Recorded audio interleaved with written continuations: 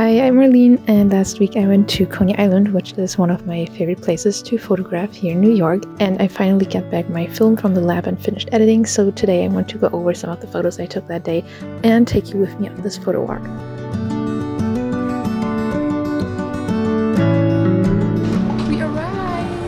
We arrived in Coney Island, and this video is actually the first part of a series frame-by-frame photo walks that I want to do on this channel. And basically this series is about where I am going to take you with me on my process of how I'm taking photos, where I'm going, and later I'm also going to analyze the photos that I took, and I'm going to share a little of my thought process behind this. I am going to link the playlist here in the video right now for you if you want to stay up to date for future content that I am going to create for this, because I'm not only going to places like Coney Island, but I'm also going to I want to go to some place in Brooklyn and also some in Manhattan, so stay tuned. So today I am shooting with my Canon A-1 for the second time actually. I haven't had this camera for that long because I got it on eBay this summer, and I just shot one test roll so far to see if it works because the owner didn't know, but it does, and I'm really excited to try it out more right now.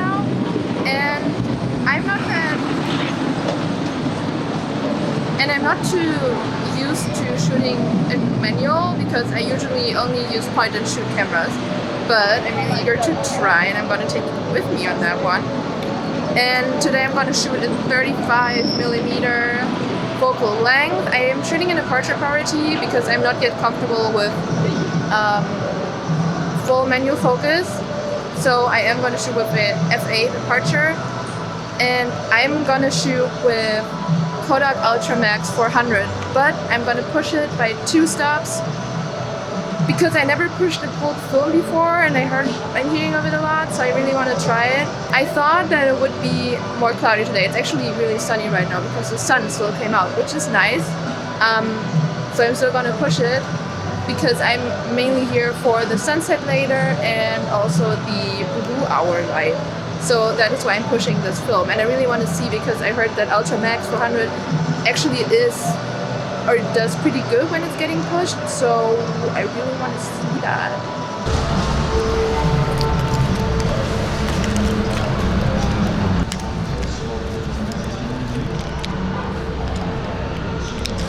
So what basically just happened is that my camera, I know how to load this camera, I did it before, right? My camera failed to grasp the film. So I don't know why, honestly, but I spent like 20 minutes here to figure out how to fucking load this camera. This one is not full. It's not full, but it's in there. So it's like €8 fucking wasted. Because I rewinded, right? Because the camera was pulling out the film, because it grasped it with the first little grasp thingy, but not with the second, so it pulled it out. So I had to pull it in to try it again, right? And I accidentally pulled this in. I think I saw online how you can get it back out because I don't want to waste this roll. But I got 2 rolls, right? But now I only have 1, which is kind of sad. I'm really sad. But I guess this happens, and I'm learning from that.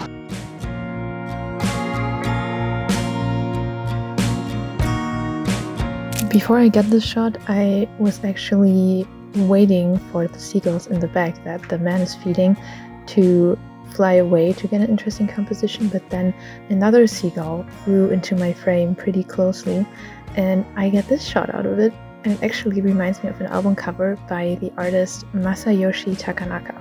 And I think that is very cool.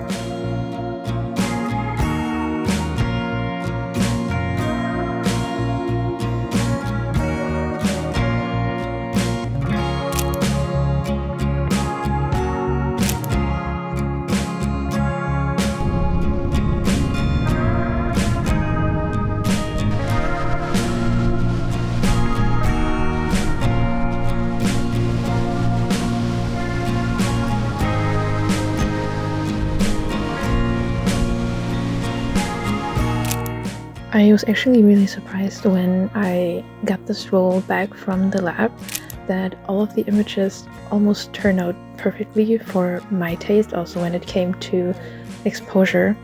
A lot of times I was really afraid that I wasn't necessarily exposing right, but most of the times it actually wasn't really the case.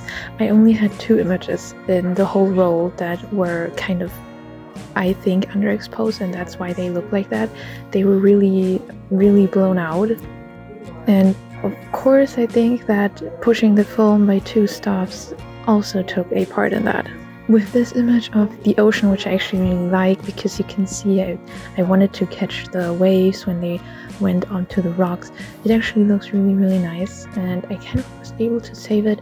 But there was another image of a fisherman on the pier that I took, and I thought that I was correctly exposing, but apparently I did not. So the image turned out like this.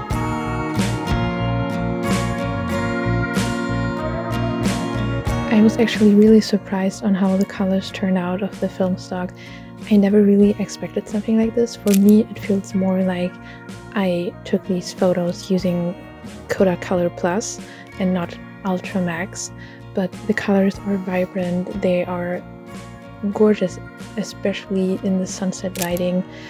What we can see here, this is kind of the same problem that I had the whole time, which I think is because I was also pushing the film mainly, that the shadows, they're not really detailed most of the time. They are looking again more blown out. For some images I could really save that in post-processing, but getting the scans right back from the lab really showed that this was really common throughout the whole roll. The light is absolutely amazing right now because it is sunset, and I am gonna head into the park to still catch some of the sun rays, and then I'm also gonna stay for blue hour to also catch the nice blue hour light. But this is really nice lighting. I'm really excited for this, and I hope I'm exposing right. I really hope I am.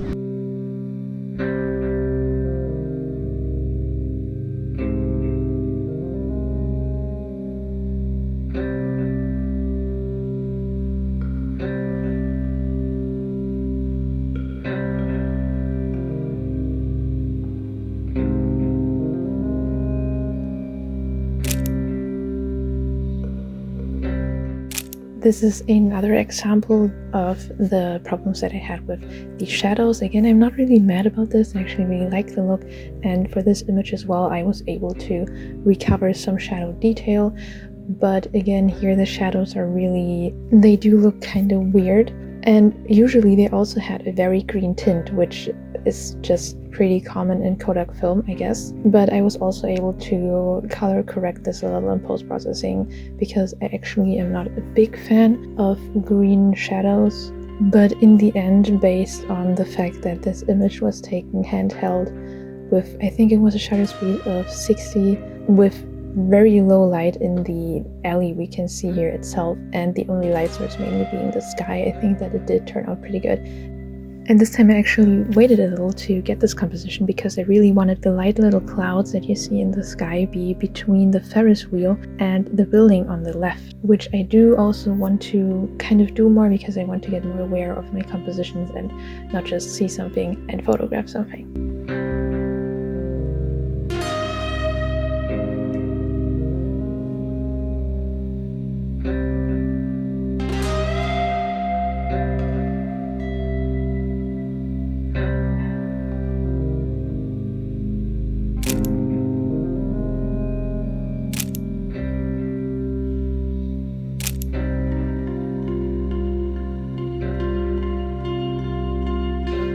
This is actually the first ever film photo that I took on a tripod. I measured the scene with my light meter app on my phone, and it showed me a shutter speed that I probably maybe could have handheld, but I wanted to try to actually work with a tripod and try to composition with a tripod. And actually here I kind of judged the light situation with my eye because I kind of want to be able to do that in the future, so I need to practice this. So I did select a really slow shutter speed on my camera. It was 1/1 second, and as I said, I kind of judged it by my eye, and this image for me basically turned out perfectly. And then I also wanted to try another one because I wasn't sure, of course, if I am exposing right. So I took a second approach where I exposed for 2 seconds. And when we compare these images, there is actually not that much of a difference to my eye. The sky looks pretty much the same. The highlights, they are a little bit different, but it is also because the lights on the letters actually change. And then at the bottom we can see that because of the long exposure and people were walking by, we can see some feet that are scattered across the composition. Though I have to say that the 1/2 shutter speed is probably the version that I prefer here, and I'm actually very happy with the outcome, and this is probably one of the favorite photos of this roll. I tried to make 2 long exposures, or at least exposures with a much slower shutter speed than I usually use. I used my light meter. We will see after developing if it turned out good or not, because I'm really afraid that it is underexposed, or that, because sometimes I still don't really understand how everything works together.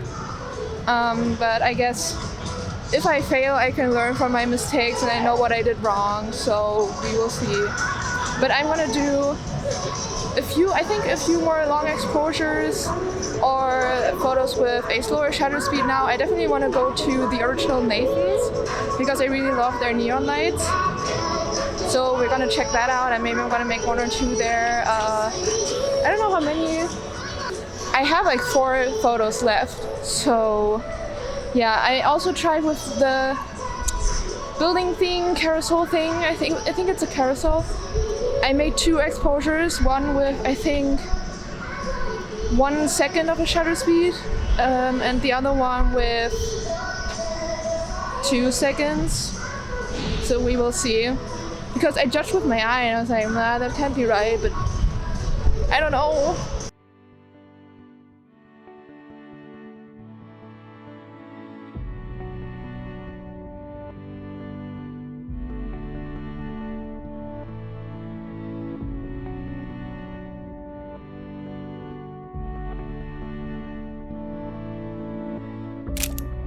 Here again, I set up my tripod in front of Nathan at a street corner, and this time, because it was already pretty dark and blue hour was actually kind of more towards the end, so I really pushed the limits of the film here. I actually did a light meter first to kind of get a rough estimation of what I'm dealing with, and then I actually, because the light meter told me something where I thought, okay, but this scene is pretty dark and I am originally shooting with a low ISO film that I'm pushing, so let's get a little bit experimental with the last few shots. And I decided to make 1 exposure for 1 second first and the other one for 2 seconds, because the scene actually was pretty lit, because Nathan's has a lot of neon signs. There were street signs, we had cars coming by, so I thought anything over 1 or 2 seconds would have been too much.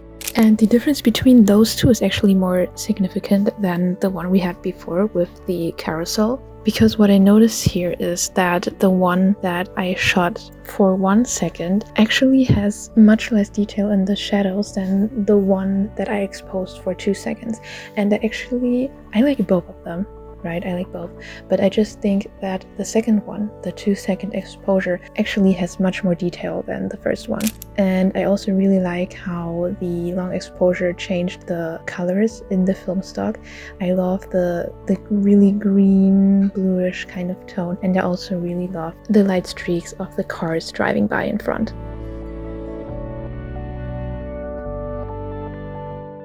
I just shot my last frame of this. This time I chose to go vertical. I don't know. I think I shot all of the roll today on horizontal, but I was feeling more vertical here. So I'm gonna go home now, and on Monday I'm gonna go and take the film to the film lab. Overall, I am really happy with the images that I got out of this roll and also out of this photo walk, and I'm really looking forward to doing many more of these in the future. So don't forget to check my playlist for more of these, and I will see you on the next one.